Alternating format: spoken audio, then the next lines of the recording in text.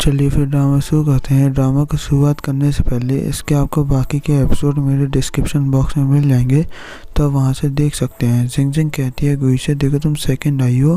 फिर हमें पता चलता है फर्स्ट तो आई है फेंगाई, और फेंगाई को यूएसए अब जाने का मौका मिल जाता है, लेकिन वो बिल्कुल भी खुश नहीं दिखाई दे रही होती है। तो ली फेंग कहती है तुम तो अब यूएसए जाओगी, तुम तो अब बहुत अच्छे से ही पढ़ पाओगी। इसके बाद हमें दिखाया जाता है हेलन को, जो बैठा होता है एक जगह पे अकेला। उसके बाद वहाँ पे आ जाती है गुई भी, और गुई कहती है कि कॉन्ग्रेचुलेशन, बहुत बड़े हैकर हो तुमने तो सारे पेपर निकाल लेते थे पहले से और पढ़ लेते थे। मुझे तुमसे कुछ काम है, क्या तुम बड़े पैमाने पे भी हैकिंग कर सकते हो क्या, जैसे सैटेलाइट से या फिर कहीं से। वो अपने ग्रह के लिए सिग्नल भेजना चाह रही होती है, उसे लगता है हेलन भेज सकता है, लेकिन हेलन कहता है कि मैं इतने बड़े पैमाने पे कभी भी नहीं कर पाया हूँ हैकिंग, वैसे तुम्हें करना क्या है। तो गुई बात बदल देती है। उसके बाद हेलन माफ़ी मांगता है गुई से कि तुमने मेरी वजह से यूएसए जाने का मौका छोड़ दिया, और मुझे पता है तुम्हारे लिए यूएसए जाना कोई बड़ी बात नहीं थी, तुम फर्स्ट आ सकती थी। अगर तुम्हें अभी भी गुस्सा आ रहा हो तो जे लो मेरा गाल, अगर तुम चाहो तो इसमें मार सकती हो। उसके बाद गुई को तो यही चाहिए था, तो गुई अपना हाथ उठाती है, और उसके बाद वो मारने के लिए जैसे ही आती है तो पीछे हट जाता है हेलन। उसके बाद गुई कहती है कि तुम तो बहुत ज़्यादा ही डर गए।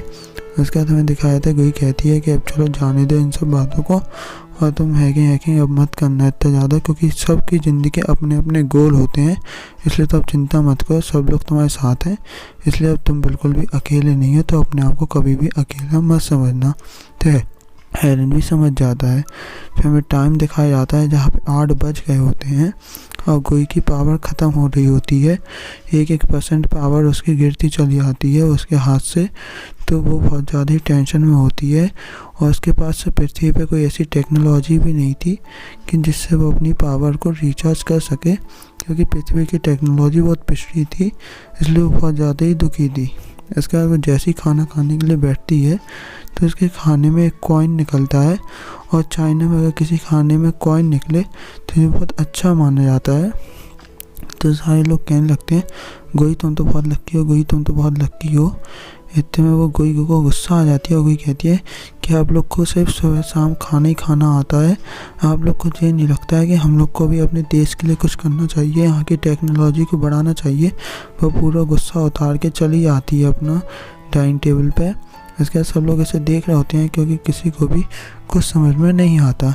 वहीं पे उसका भाई होता है ली चैंग। उसका वो कहता है कि मॉम डैड मैंने कुछ नहीं किया, क्योंकि उसके मॉम डैड मार रहे होते हैं ली चैंग को, क्योंकि उन्हें लगता है कि ली चैंग ने गुई को फिर से बुली किया है, इसलिए वो कहता है नहीं मॉम डैड मुझे नहीं किया मैंने कुछ भी। उसके बाद हमें दिखाया जाता है हेलन को, जो कि बहुत अच्छे से अपनी पढ़ाई कर रहा होता है, क्योंकि वो देखता है अपने पापा की और अपनी फ़ोटो को। हमें फ्लैशबैक दिखाया जाता है जहाँ पे उसने अपने पापा से इन सब हरकतों के पीछे माफ़ी मांगी थी, और उसने कहा था कि आज के बाद मैं कभी भी ऐसी हरकतें नहीं करूँगा, और मैं अपने आप को प्रूव करके दिखा दूँगा। इसलिए वो बहुत अच्छे से पढ़ रहा होता है। फिर हमें दिखाया जाता है फेंगाई को, जो बैठी होती है, क्योंकि उसे यूएसए जाना होता है, और ये लोग बोल रही होती है कि तुम्हें थोड़ा सेल्फ डिफेंस सीख लेना चाहिए, क्योंकि वहाँ पे बहुत सारे लड़के भी होते हैं जो तुम्हें छेड़ सकते हैं। तो फेंगाई कहती है ऐसा कुछ भी नहीं होगा, लेकिन ये सब सुन लेता है ये हेलन। उसके हेलन जाके फिर बात करने लगता है गुई से, और हेलन कहता है क्या तुम्हारे पास आज समय है। तो गुई कहती है हाँ मेरे पास आज 7 से 9 के बीच में समय है, तो इतना समय मैं तुम्हें दे सकती हूँ। उसके बाद हेलन कहता है ठीक है, इतना समय मेरे लिए काफ़ी होगा 2 घंटे का। उसके बाद हेलन लेके आता है गुई को एक जगह पे जहाँ से वो कुछ हथियार ले सके, जैसे कि तलवार, जैसे कि चाकू। तो गुई कहती है तलवार बहुत अच्छी रहेगी सेल्फ डिफेंस के लिए, इससे अपन किसी को भी मार सकते हैं। तो हेलन कहता है इसका कोई ज़रूरत नहीं है।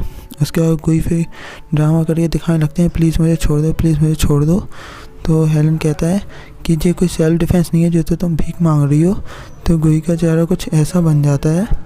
उसके बाद गुई फिर वहाँ पर डिज्नीलैंड की कॉस्ट्यूम पहन के आ जाती है। गुई कहती है वहीं पे डिज्नीलैंड है। उसके बाद हेलन कहते हैं इससे क्या मतलब बनता है, तुम तो सिर्फ कॉस्ट्यूम पहनना चाहती थी, इसका तो कोई सेल्फ डिफेंस से मतलब ही नहीं बनता है। उसके बाद इन लोग की ऐसी नोकझोंक होती है, और कोई कहती है मुझे ये सब नहीं करना, मैं जा रही हूँ यहाँ से। बस यहाँ पे जैसा होता है। इसके बाद ये लोग फिर साथ में बैठते हैं, और फिर थोड़ी बहुत हंसी मजाक करने लगते हैं। उसके बाद हेलन कहता है कि मैं क्यों उसके लिए कोई गिफ्ट नहीं ले सकता, क्योंकि उसने मुझे विदाया है। वो बोल रहा होता है फेंगाई के बारे में, लेकिन मैं इतने गोई कहती है कि मुझे तो आज तक किसी ने भी कोई भी गिफ्ट नहीं दिया, इसलिए मुझे पता ही नहीं है गिफ्ट देना क्या होता है और गिफ्ट देना क्या नहीं होता है। उसके हेलन कहता है कि मैंने कोई ऐसा मतलब नहीं था, मैं तुम्हें कभी भी गिफ्ट दे सकता हूँ तुम अगर चाहो तो। उसके बाद गोई कहती है कि नहीं, तुमने मुझे एक बार गिफ्ट दिया तो था, तुमने मुझे वहाँ पे होटल में एक बार दिया था बुके, तुम्हें क्या याद है? वो फूलों का, बहुत अच्छे फूलों का बुके था वो। उसका हेलन कहता है कि वो तो मैंने सिर्फ फेयरवेल के लिए दिया था, क्योंकि तुम वहाँ से जा रही थी, मेरा कोई ऐसा इंटेंशन नहीं था। उसके बाद गोई कहती है कि अब वो जा रही है तो तुम्हें अच्छे से उसे अलविदा कहना चाहिए, और एक तुम चाहो तो उसके लिए एक लेटर भी लिख सकते हो। तो हेलन को ये बात थोड़ी सही लगती है। उसके बाद हेलन आके घर पे एक लेटर लिखने लगता है। वो एक अक्षर लिख रहा होता है, काफ़ी सारे कागज़ ही फाड़ दिए होते हैं उसने पहले तो, लेकिन वो फिर भी कोशिश करके एक अच्छा सा लेटर लिख रहा होता है। इतने वो फिर सुबह छोड़ने के लिए आया होता है फेंगाई को। उसके बाद फेंगाई को कहता है कि जी मैंने बहुत मुश्किल से लिखा है तुम्हारे लिए लेटर, क्योंकि मुझे पता है कि मैं तुम्हें गिफ्ट तो कुछ भी दे सकता था, लेकिन तुम ये लेटर पकड़ो, इससे तुम्हें अच्छा लगेगा। उसके बाद फेंगाई कहती है कि मुझे नहीं लगा था कि तुम मुझे छोड़ने के लिए भी आओगे और तुम मेरे लिए गिफ्ट भी लेके आओगे, इतनी मेरी हरकतों के बाद भी। उसके बाद हेलन कहता है कि अब छोड़ो पुरानी बातें हैं, अब मैं उन्हें ज़्यादा ध्यान में नहीं रखता हूँ। उसके बाद फेंगाई कहती है कि आज के बाद हम दोनों एक दूसरे से नहीं मिलेंगे और ना ही एक दूसरे से कभी भी बात करेंगे। तो हेलन कहता है कि ऐसा तुम क्यों कह रही हो? उसके बाद फेंगाई कहती है क्योंकि अब मुझे तुमसे कभी भी कोई बात नहीं करनी है, क्योंकि अब अपने रास्ते अलग अलग हैं, मैं यूएसए जा रही हूँ और तुम यहाँ पे रहोगे, इसलिए दूरी से हर चीज़ ख़त्म हो सकती है, इसलिए आज से मुझसे बात नहीं करना। और ये बोलते साथ वो वहाँ से चली जाती है और अपना हेलन भाई ऐसे ही मुंह लटका के खड़ा हो जाता है, क्योंकि वो बहुत ज़्यादा दुखी होता है। उसके बाद फेंगाई को दिखाया जाता है, वो भी ये सब बोल के बहुत ज़्यादा दुखी होती है और कुछ फ्लैशबैक दिखा रहे होते हैं लोगों के, और फेंगाई उसके बीच में कह रही होती है कि बस मुझे एक बार भूल जाओ, मुझे कभी भी याद मत रखना, मैं एक धोखेबाज इंसान हूँ। फिर ये सब आके वो बता देता है गोई को, और गोई कहती है कि चलो ठीक है, जो होना था हो गया, अब तुम उन बातों को याद करके अपना दिमाग ख़राब नहीं करो। लेकिन गोई देखती है कि हेलन का बहुत ज़्यादा दिमाग ख़राब है, तो उसे ले आती है बॉक्सिंग कराने के लिए, और उसके ऊपर बहुत ज़्यादा कड़क प्रैक्टिस देती है वो उसे, और इतनी तेज तो वो चिल्ला रही होती है कि और तेज़ घुमस्सा मारो, और तेज़ घुमस्सा मारो, चिल्ला रही होती है वो बहुत तेज। तो हेलन भी कहता है तुम क्या अच्छे से ट्रेनिंग नहीं करा सकती? तो गोई उसे फिर आंखें दिखाती है अपनी, तो हेलन कहता है नहीं ठीक है, मैं कर सकता हूँ, तुम्हें जैसे कराना है कराओ मेरी ट्रेनिंग। उसके बाद ये लोग ट्रेनिंग कर रहे होते हैं। उसके बाद ये दोनों जन अपोजिट लेडी आते हैं, क्योंकि बहुत टाइम से ये लोग अपनी अपनी ट्रेनिंग कर रहे थे।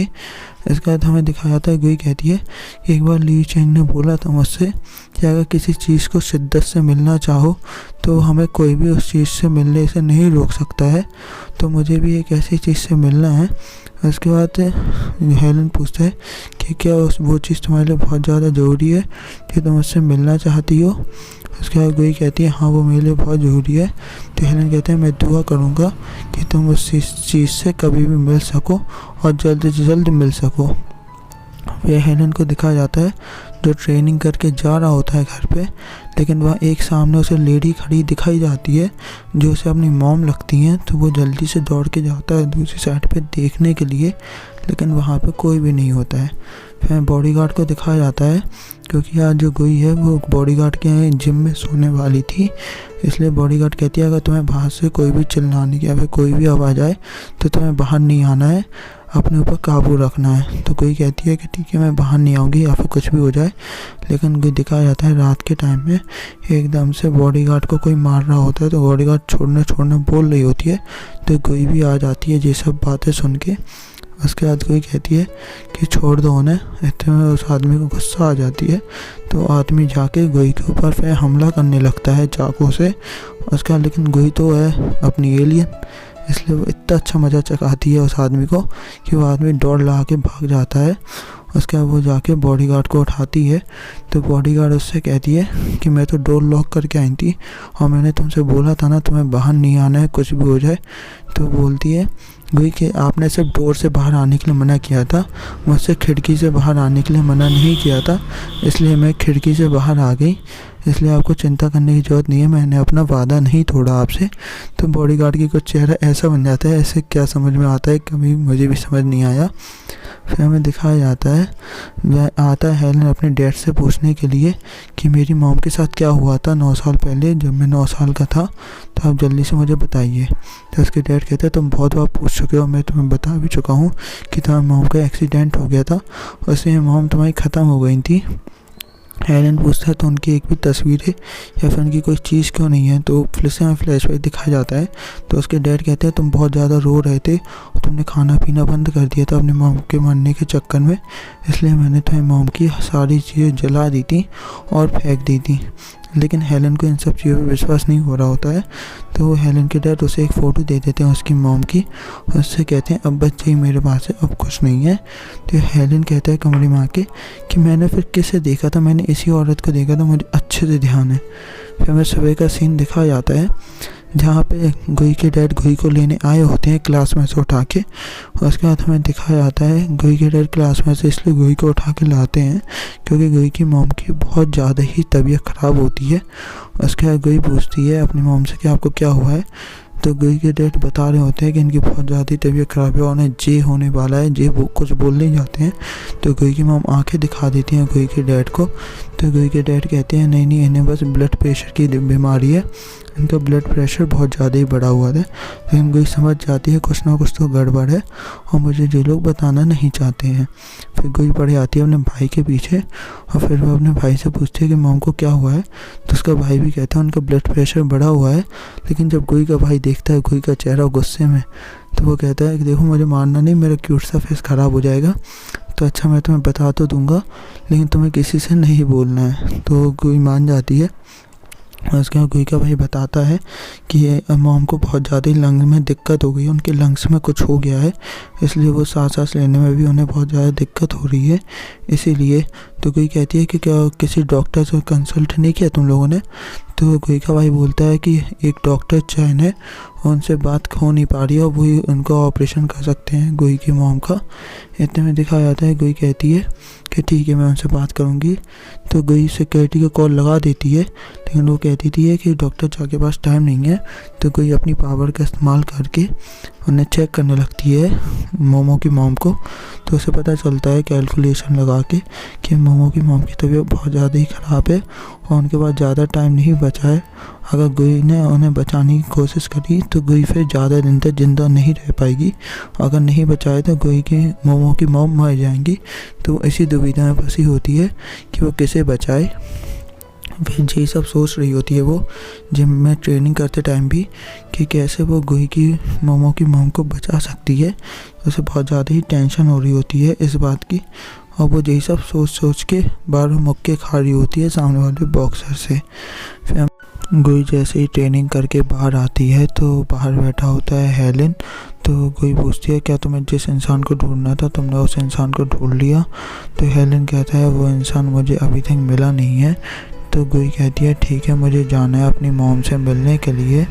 उसके हेलन कहता है कि मुझे जिस इंसान को ढूंढना है, जब मैं 9 साल का था वो मेरी मॉम है, और जब मैं 9 साल का था वो मर गई थी कार एक्सीडेंट में, लेकिन अचानक से मुझे दिखी है तो मुझे समझ नहीं आ रहा है कि मुझे क्या करना चाहिए और मुझे तुम बताओ मैं क्या करूं। तो गुई कहती है क्या पता कोई वो और इंसान हो, इसलिए तुम्हें उसके ज़्यादा पीछे नहीं पड़ना चाहिए और अपने लाइफ के ऊपर ध्यान देना चाहिए। क्या पता तुम्हारे पापा सही कह रहे हो कि तुम्हारी मॉम सही में मर गई हो।